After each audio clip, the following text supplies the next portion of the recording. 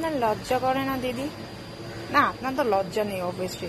শুনেছি নাকি যারা পলিটিক্স করে তাদের নাকি লজ্জা থাকে না।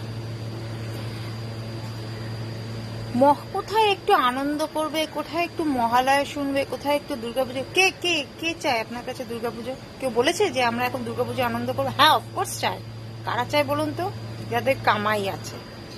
আপনার চামচাগুলো, আপনার সাবঅর্ডিনেটস গুলো, আপনি যে পুরো ওয়েস্ট বেঙ্গলে যে সাবঅর্ডিনেটস গুলোকে ছড়িয়ে রেখেছেন না, কেন বলতো? দুর্গাপুজো হলে কামাই আছে তো। 85,000 টাকা তো মুখ দেখতে আপনি দিচ্ছেন না।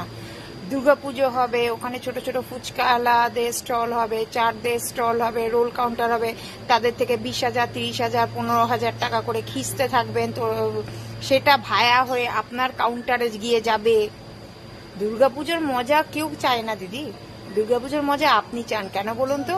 এই যে 85,000 করে আপনি সব ক্লাবগুলোকে দিচ্ছেন, তার 10% উসুল তো করতে হবে না?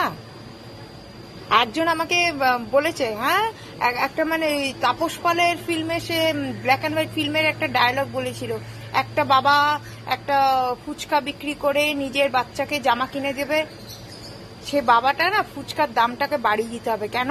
আমি যদি জিজ্ঞেস করতে যাই, দাদা কেন বাড়িয়ে দিয়েছে, কি বলবো?